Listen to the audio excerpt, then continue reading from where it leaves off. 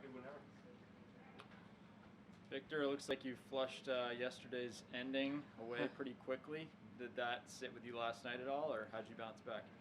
Yeah, it's we're not going to forget that one very quickly, but I just kind of try to reset, and I knew I was a bunch of strokes out, but with 2 good rounds, I can still get a really good finish, and I just try to play a good round today, and fortunately, I managed to shoot a good score. Yeah, what was the golf course playing like today? Did it feel like a low number was out there?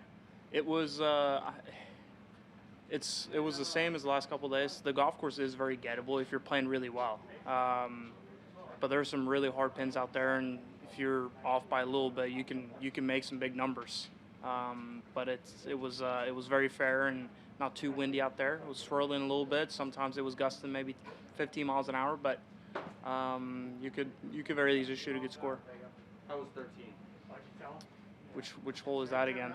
Par 5, where the pins kind of. Oh, that was brutal. I practiced that one a lot in the practice round to no avail today. But I mean, it's such a hard shot. I'm standing there with a 6-iron in on the second shot, and I mean, I looked at Shay and I was like, there's no point in even going for this pin. I'm just gonna try to hit in the front bunker because that's about the only good spot you can have there. And I mishit it, ended up in the shorter bunker and hit a terrible bunker shot and another bad chip. But I mean, you just got to try to hit in the short bunker and try to make birdie that way. That's the only way.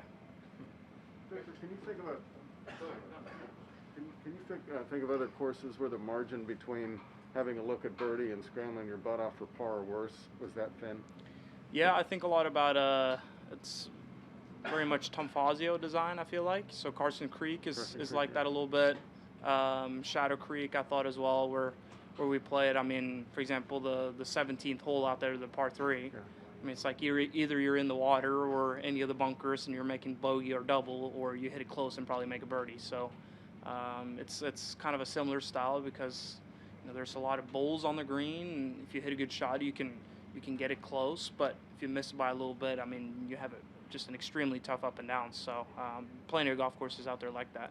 Does it make it any easier to accept if you take a double or worse, to realize it can happen to anybody at any time? Or yeah, trying to make it look good for you. The doubles are hard to swallow, especially the 8s. But you can make a bunch of mistakes, but if you can kind of just try to limit them to bogeys, and you're going to make enough birdies out there. So it's all about just minimizing the errors out here. Victor, when you got to the 19th, did you think any flashback to yesterday, or when you're walking up on the green or being on the green, does anything flash back?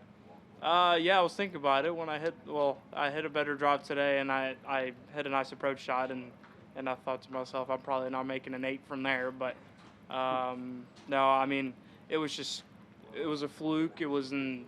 I happened to blade my bunker shot there at the worst time possible yesterday, and hard to blade it from the middle of the fairway. This is the 1-year anniversary of you saying on live television that you suck at chipping. That's no longer the case. Statistically, you've improved drastically. What's gone into that process to take that from a weakness into an above-average strength? Yeah, I mean, at first I had to put some time down because I didn't practice a whole lot of chipping before. But it's also a technical change. I've been working hard with Jeff Smith, basically just trying to use the bounce because I wasn't doing that before. It was all leaning edge, which I could get away with in overseed or ryegrass. But out here, I mean, you're exposed immediately as soon as you get it to any type of Bermuda into the grain. I mean, you have to catch it perfectly, and still got some work to do. But I'm hitting some chips that I couldn't been able to do before. For example, one on 3 yesterday, I was left of the green on a downslope, and the pin was front left, and I was able to kind of elevate it and hit it close in there. So it's cool to see a couple of those shots. That's kind of what I was getting at. This would be a pretty good litmus test for a guy with a short if you game. can chip out here, you can chip. Yeah. Yeah. And I can't, so perfect. We don't have to. You guys good? So. Yeah. Okay. Thanks real quick. Victor in the region. Just Yeah. talk about how important it was to really able to go low against